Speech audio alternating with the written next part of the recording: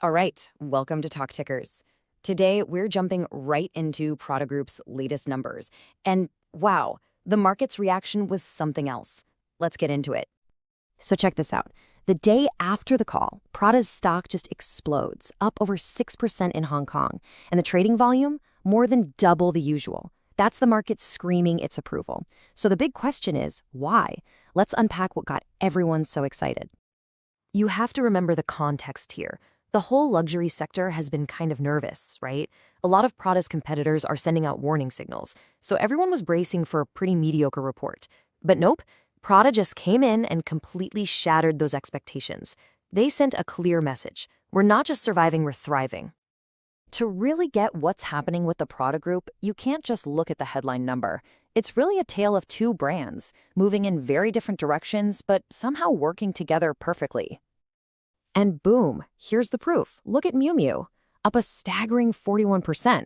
I mean, that is just explosive growth. That brand is on fire. And that incredible performance was more than enough to make up for the Prada brand, which, yeah, was down a little bit. But, and this is key, it's actually getting better quarter over quarter. So that tells you their strategy to stabilize the main brand is starting to pay off.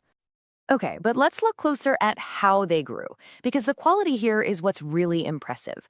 Overall revenue up 9%, which, by the way, was a solid beat. But check out the regions.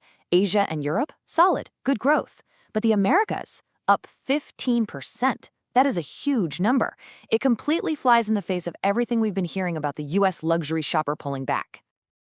All right, so what's management's take on all this? You know, the vibe on the earnings call wasn't just confident. It was calm, comfortable. It's like they're saying, yeah, the world's changed, and we're totally fine with it. And this quote from the CEO, Andrea Gura, really says it all. We feel home in this new normal. That's not a company hoping for the good old days of the post-pandemic spending spree to come back. No, they're saying their plan, their strategy, it's built for right now. It works in this market. So what's the secret sauce here? What's their playbook? Well, first off, they're super disciplined about selling at full price, no discounts. That keeps the brand strong and the profits healthy. Then there's Miu Miu. Its growth isn't just a fluke in one country, it's happening everywhere. And maybe most importantly, their take on China. They're seeing it plateauing, not collapsing, which is a huge relief for investors. And all of this is built on an insane track record. 19 consecutive quarters of retail growth. 19. Okay, let's put it all together.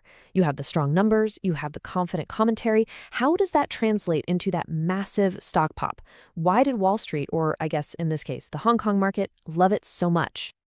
It really comes down to fear versus reality.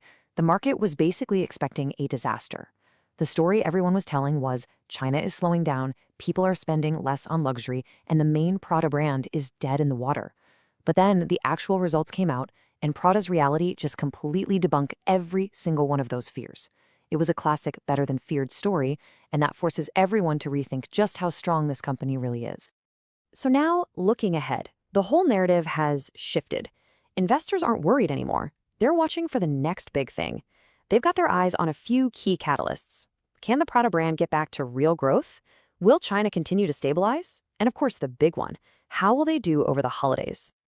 Okay, so that's the recap. That's what happened. But the real question is, what happens next? Where does the stock go from here?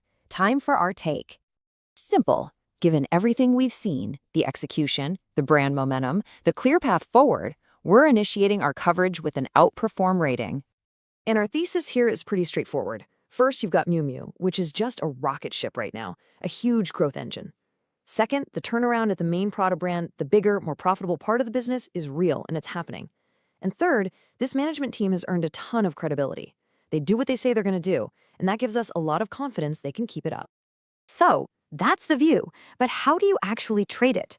If we had to walk into an investment committee meeting right now, what would we pitch?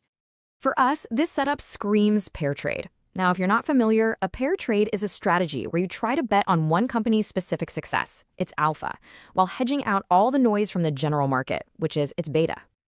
So here's the play. You go long Prada, and at the same time, you short a luxury sector ETF. You know, one of those funds that's just a basket of all their competitors.